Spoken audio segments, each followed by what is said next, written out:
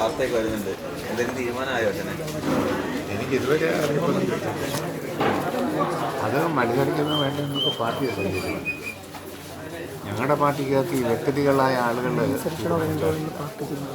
Party കമ്മിറ്റികളിലാണ് തീരുമാനിക്കുക.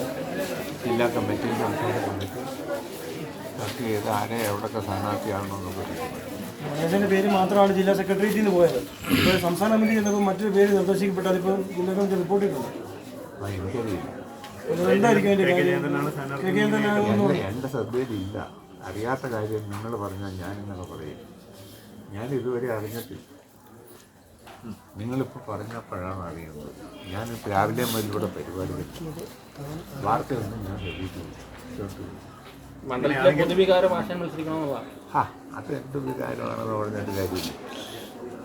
Party തീരുമാനിച്ചെന്ന് okay, ഇല്ലേ വേണ്ട, അത്ര പാർട്ടിയല്ലേ തീരുമാനിക്കുക.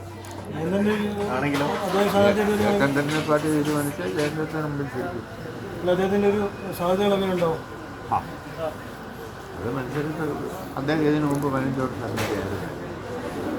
അപ്പോൾ ഇവിടെ സാധ്യത നമ്മൾ നേരത്തെ തെളിഞ്ഞിരിക്കുന്നത്. അദ്ദേഹം മത്സരിച്ചാൽ അദ്ദേഹം ജയിക്കും. അങ്ങനെ ആരോഗ്യ പ്രശ്നം ഉണ്ടാകുന്നതിൻ്റെ എൻ്റെ പാർട്ടിയിൽ അറിയിച്ചിട്ടുണ്ട്. ഞാൻ ഒരു ആരോഗ്യ പ്രശ്നം അറിയിച്ചിട്ടില്ല. പിന്നെ എല്ലാവർക്കും ഉള്ള പോലെയുള്ള ഇത്തിരി ഷോറൊക്കെ ഉണ്ട്. അത് ഞങ്ങളുടെ നേട്ടന്മാർക്ക് പറ്റത്തുള്ളൂ.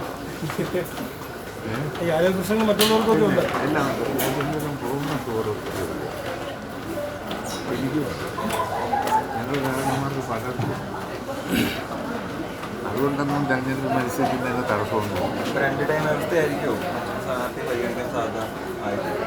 അതെനിക്കറിയില്ല. എന്താണെങ്കിലും 3 തവണ മത്സരിച്ചാണ്.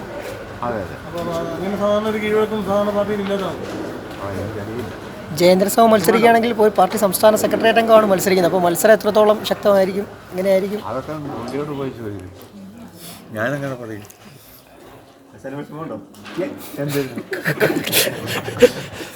ഞാൻ 2 പ്രാവശ്യം MLA ആയി, 1 പ്രാവശ്യം മന്ത്രിയായി. ഈ ജില്ലയിൽ നിന്ന് ഞങ്ങളുടെ പാർട്ടിയിൽ നിന്ന് ആദ്യം മന്ത്രിയായത് ഞാൻ. ഈ പാർട്ടി പരിഗണന എനിക്ക് തന്നില്ലേ? നമ്പൊന്നുമില്ല. ആരോഗ്യ പ്രശ്നം ഉണ്ടെന്നൊന്നും പാർട്ടി അറിയിച്ചിട്ടില്ല. ഇല്ല. അച്ഛനെ മറ്റൊന്ന്, ഉടുമ്പൻചോലയുടെ മുഖം മാറിയത് 3 തവണ ജയചന്ദ്രൻ MLA ആയിട്ടിരുന്ന കാലഘട്ടത്തിലല്ല. MM മണി എന്നയാൾ മുഖ്യമന്ത്രിയായപ്പോഴും MLA ആയപ്പോഴുമാണ് റോഡടക്കം മണ്ഡലത്തിലെ ഒരുപാട് വികസനങ്ങൾ നടന്നത്. അത് ജനങ്ങളുടെ മനസ്സിലുണ്ട്. അപ്പോൾ പാർട്ടി ഇപ്പോൾ ഈ 2 ടൈം കഴിഞ്ഞ് 3ാമത് പരിഗണിക്കാതിരിക്കുന്നത് ശരിയായിട്ടുള്ളൊരു നടപടിയാണ്. അതൊന്നും പ്രശ്നമില്ല. അതൊന്നും ഇത് പാർട്ടി ഇതുവരെ ഈ സ്ഥാനാർത്ഥിത്വത്തെപ്പറ്റി ഇതുവരെ ചർച്ച നടത്തിയായിട്ട് പോലും എനിക്കറിയാം. അല്ല, സംസ്ഥാന സെക്രട്ടേറിയറ്റിൽ അങ്ങനെ പേര് നിർദ്ദേശിക്കപ്പെട്ടു. ആ പേര് ജില്ലാ സെക്രട്ടേറിയറ്റിൽ നിർദ്ദേശിക്കപ്പെട്ടിട്ടുണ്ട്. പിന്നെ നോക്കട്ടെ, വരട്ടെ. എന്താണ് പാർട്ടി എന്ത് പറഞ്ഞോ അതാണ് നമ്മുടെ തീരുമാനം. മത്സരിക്കേണ്ടതെന്ന് പറഞ്ഞാൽ മത്സരിക്കണം. പിന്നെ എല്ലാവരും മത്സരിക്കാൻ പറ്റുമോ? പാർട്ടി എല്ലാവരും മത്സരിപ്പിച്ച് മന്ത്രി വരെ ആക്കിയില്ലേ? ഇടുക്കി ജില്ലയിൽ നിന്ന് നമ്മുടെ പാർട്ടിയിൽ നിന്ന് മന്ത്രിയായത് ഞാനല്ലേ. ഇത്തവണ ഉടുമ്പൻചോലയുടെ എങ്ങനെയുണ്ട്? പാർട്ടിക്ക് എങ്ങനെയാവും? ഞാൻ എങ്ങനെയൊക്കെ ജയിക്കും, ആരും ഒന്നല്ല, നല്ല ഭൂരിപക്ഷത്തിൽ ജയിക്കും.